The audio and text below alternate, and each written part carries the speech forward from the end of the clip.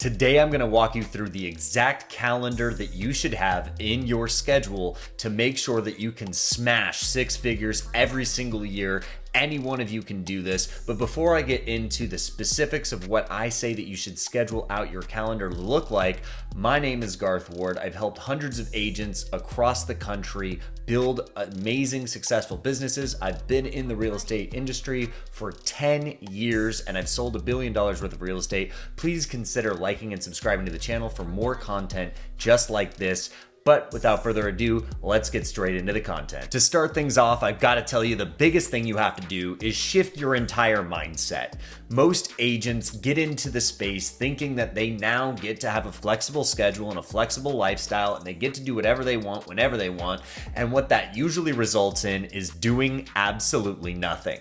I want you to be the exception to that rule. I want you to be the agent that stands apart from them and becomes the category of one. I want you to become the agent that does a ton of business, and here's how you're gonna do it. You're going to become your own worst boss, and you're gonna do that by sticking to a rigid schedule and sticking to a consistent routine. Now, there's two different things that I'm going to explain, a routine and a schedule. Your routine is what you do every day that is a consistent pattern of behavior. But a schedule is something that you have specifically carved out for specific tasks. And if you have a normal routine that goes through all of the daily things like that you wake up and you have breakfast and you go to the gym or whatever, that's a routine. But a schedule is the framework by which you can create that routine. Ideally, you create a framework that can give you the results that you're looking for.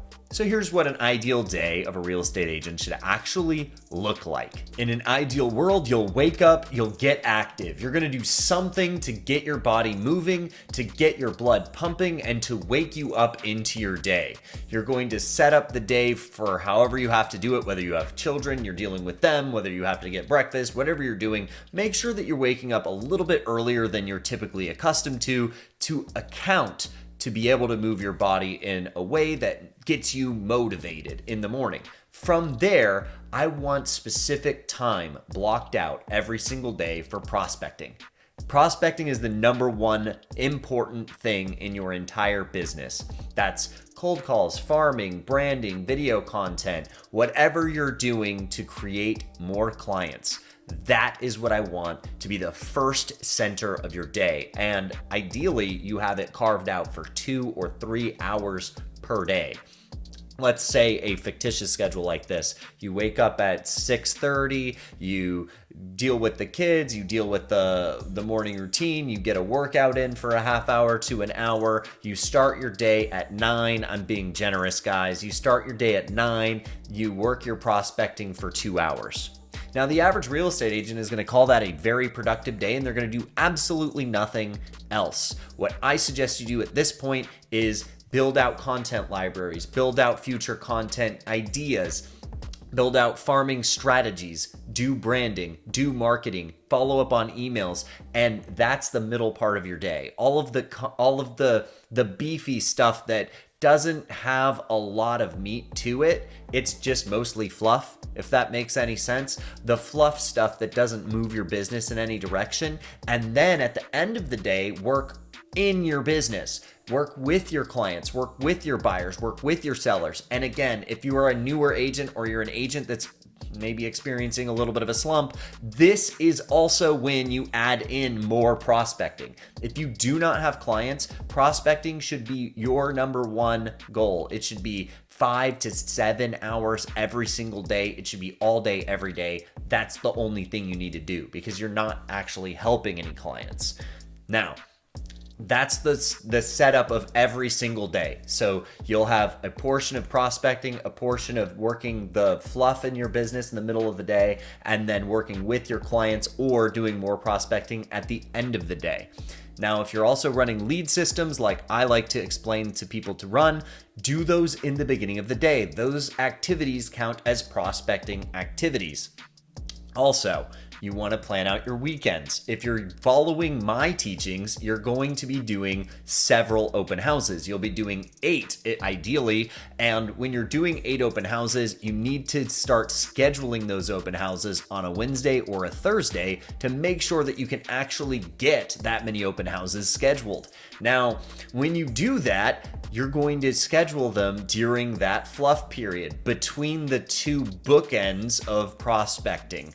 And you're going to then have all of that weekend scheduled out. And that would be a 9 to 4:30 on a Saturday and a Sunday.